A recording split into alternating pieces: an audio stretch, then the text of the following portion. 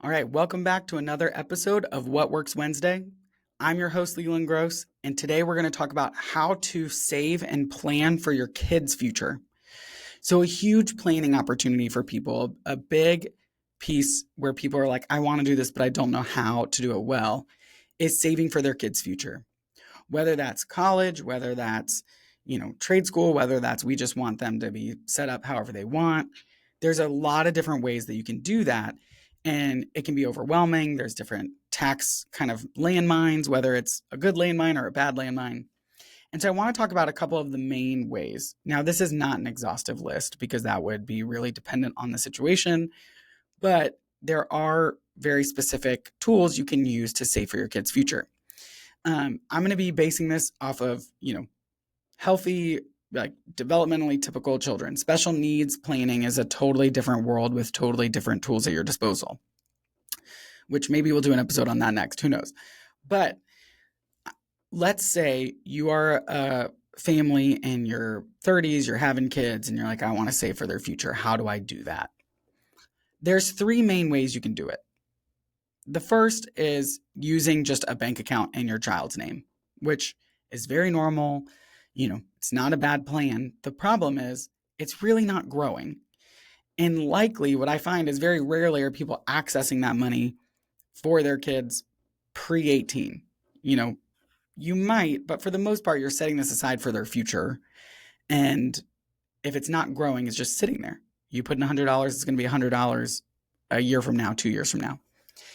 So that is a way that you can do it. You can just set up a bank account. I see that all the time. And the first thing I want to do is say, let's get this actually growing for your kids so that we're actually maximizing the wealth you're creating for them. Which leads us into a custodial investment account. So an investment account in the name of your child. Typically, you'll see this called a UTMA, a Uniform Transfer to Minors account, or a UGMA, Uniform Gift to Minors account. Depending on your state, they choose one. But a UTMA, UGMA is really just a custodial investment account where you are the custodian, you're the adult who can manage it, but it's for your child. You can invest it however you want. And the beautiful thing is they can use it for whatever they want. So if they want to go to college, great. If they want to buy a car, great. If they want to take a year-long trip to Ibiza, have a blast. They get to decide. So it's totally free as far as how they can use it. Now, there's a lot of cons to this account. So you have to really want the flexibility. The cons are when they turn 18, it's theirs. You don't have any say in it. The money, every time you put money in, that money is officially no longer yours and it's officially your child's. You just get to manage it until they turn 18, at which point it becomes their account.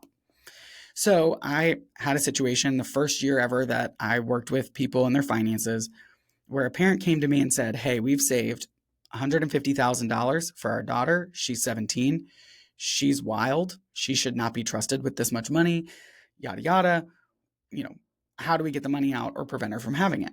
And there wasn't a way. It's her money. You're just the custodian of it until, a few months when she turns 18. So it takes the power away from the parent, which a lot of parents don't want. Now, your angel baby will probably be the most successful, never do anything wrong child in their life, future president getting this country back on track. Of course, every parent thinks that.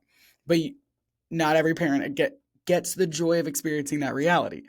So you just have to be okay with that. You have to think through, okay, do I want my child to have control of this money when they're 18? Will their brains be fully developed? The other downside to this account that's pretty significant is it's exposed to something called kiddie tax. So the government does not want ultra high net worth individuals just passing money to their kids for the money to get taxed at the kid's tax rate because your kid doesn't earn money. But when they get enough investment earnings, they have to file taxes. And so they don't want you just giving money to your kid so that you don't have to pay taxes on it. So they came up with something called the kiddie tax, which says the first, $1,100 that is earned on the investments is tax free. The second $1,100 is taxed at the kid's tax rate. which is, little to nothing. After $2,200 of earnings each year, it gets taxed at the parent's highest marginal income tax rate.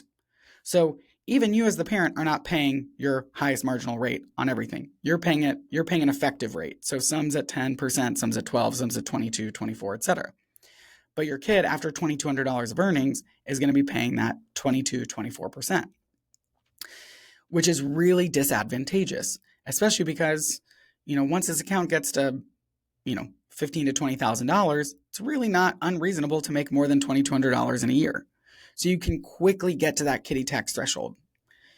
So these accounts are really common, especially back in the day. It was just kind of what you did, but they're really disadvantageous from a tax perspective.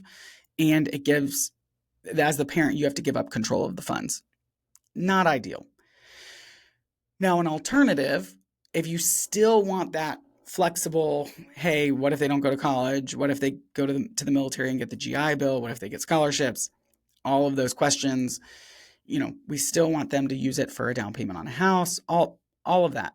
If that's still your concern, you can always set up a separate brokerage account in your name, earmark it for your kids. So this money's for our kids. You have control. So if they're 18 and they should not have that money or they don't need that money, you don't have to give it to them. You could give it to them when they're 20, 25, 30. You could never give it to them. And it avoids kiddie tax. So you're still going to get, you're going to get taxed on the interest income and the capital gains and things like that. But it's going to most likely, depending on the situation, be more advantageous from a tax perspective than the kiddie tax. So that's one way that you can do that, where you maintain control, you avoid the kiddie tax, but it's really just setting up an account for yourself that you earmark for your kids. The last and final way that people save for their kids is through 529 accounts, so college savings accounts. Now, there's two types of 529s. There's a prepaid tuition plan where you basically pay tuition for this year, and then in 18 years, your kid has a year worth of college saved, but at today's rates. So you avoid the hyperinflation that education goes through.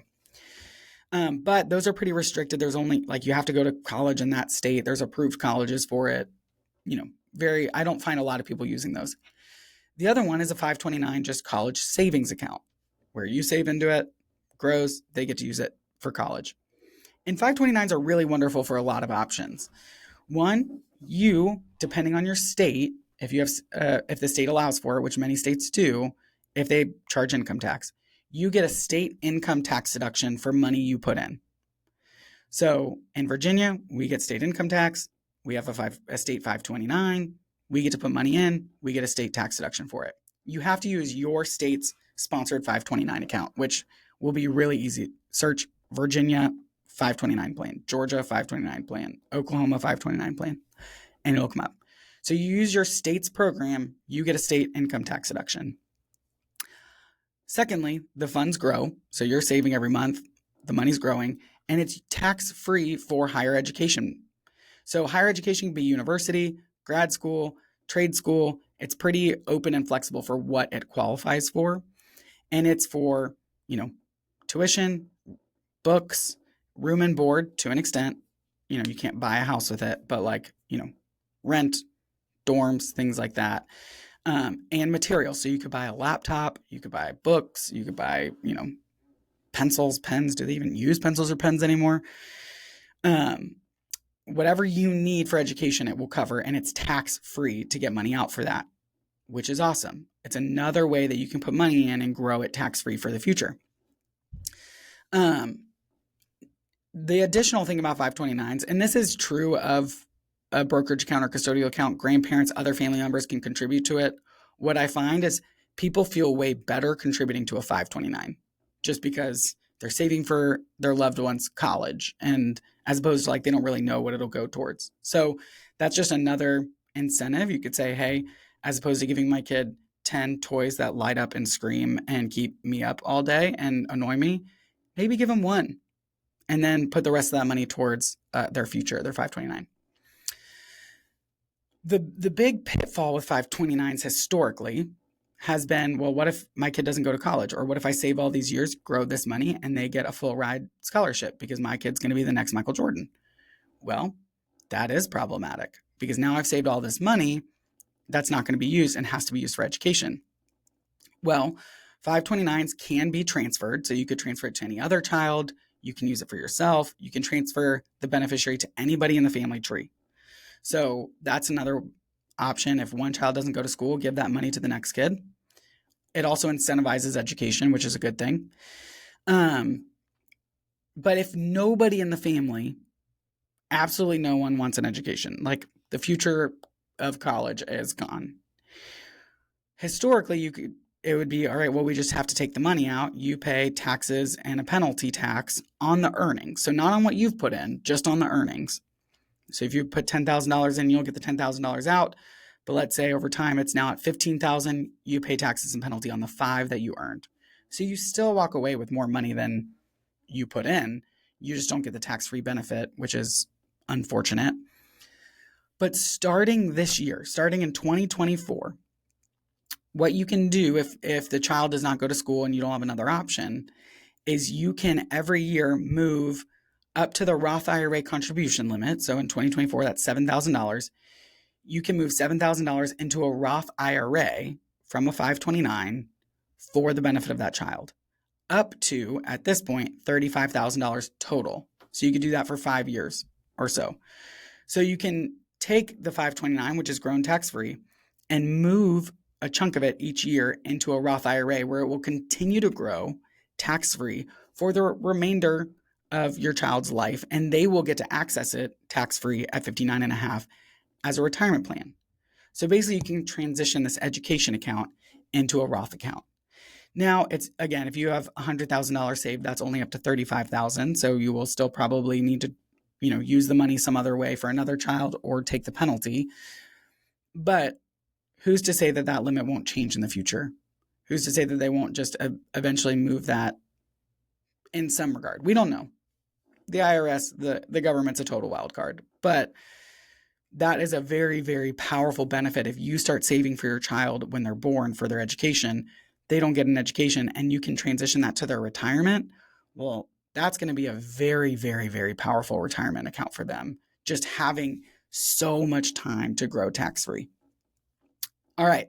So you can use a bank account. You can use a custodial account. You can, if you don't want the kiddie tax or to give up control, you can use your own brokerage account, which, just earmark it for your kid, or you can use a 529 plan. 529 plans have the most tax advantages. They do have flexible options if the child doesn't want to go to school. But, it has some rules around it. The brokerage account in your name is the most flexible, but doesn't get a tax advantage to it. And the savings account is a savings account. It's pretty vanilla, but it's not going to grow, and that's not what you want. You want to grow your money. All right. So go forth, build the life you want for yourself and your kids, and prosper.